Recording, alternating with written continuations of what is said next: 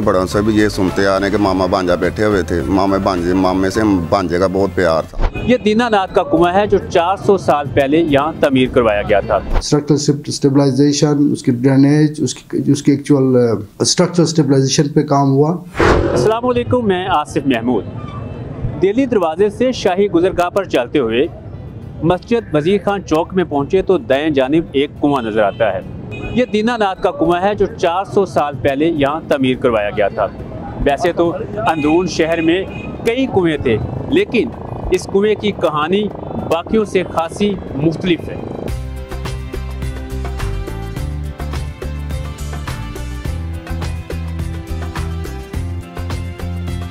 Dinanath well जो है ये लोकेटेड है आउटसाइड चौक वजीर खान।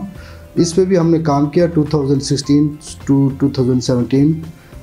इसमें जब हमने ये टेक ओवर किया तो ये काफ़ी इंक्रोच था, इसके अंदर शॉप्स बने हुए थे। फर्स्ट हमने इसकी इंक्रोचमेंट्स को रिमूव किया, जो कि वास्ट लॉ अथॉरिटी ने इस पे काम किया। उसके रिमूवल के बाद फिर इसकी एक्चुअल कंजर्वेशन पे हमने काम किया।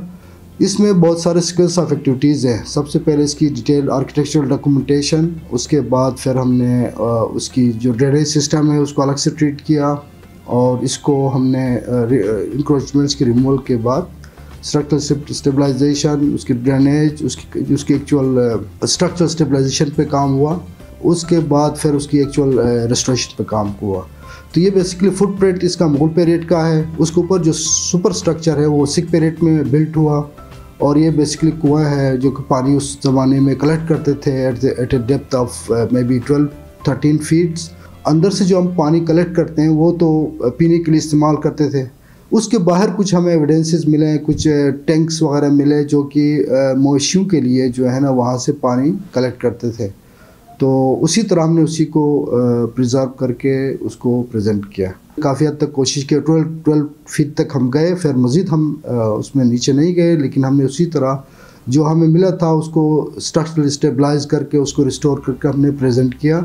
और ये विजिटर्स के लिए एक साइट है जो कि लोग आते हैं उसको देखते हैं, और साथ इसकी एलिमिनेशन पे भी काम हुआ, और ये इस तरह हमने प्रेजेंट किया इसको। और ये उसका हिस्सा है चौक वजीर खान का, और उसी का ही उसका एक पार्ट था, एक हिस्सा था, कंपोनेंट था।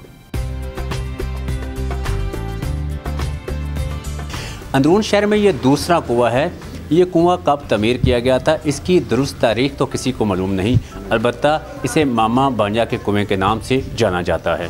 पाकिस्तान बनने से पहले जो कुआं चलता था, कुएं से मिट्टी निकलती थी। अब ये रावी दरिया में से ला के डाल, तो ये सदियों से अपने बड़ों से भी ये सुनते आ रहे हैं कि मामा भांजा बैठे हुए थे। मामे से भांजे का बहुत प्यार था। तो कोई लड़की आई, औरत आई, उसका बच्चा था, गुटुए निकले हुए थे। उन्होंने मिट्टी पड़ी हुई थी, वो मिट्टी लगा दी, वो शफा हो गई। उस टाइम का ये फैज़ जारी है। वली अल्लाह थे, वो भांजे से बड़ा प्यार था। जब वफात पाई वो भांजा भी साथ ही वफात पा गया। मुग़ल और सिख दौर में अंदरून शहर में कई कुएं थे जहां से लोग पानी पीते थे, लेकिन आज उनमें से चंद एक कुओं के सिर्फ आसार ही मिलते हैं।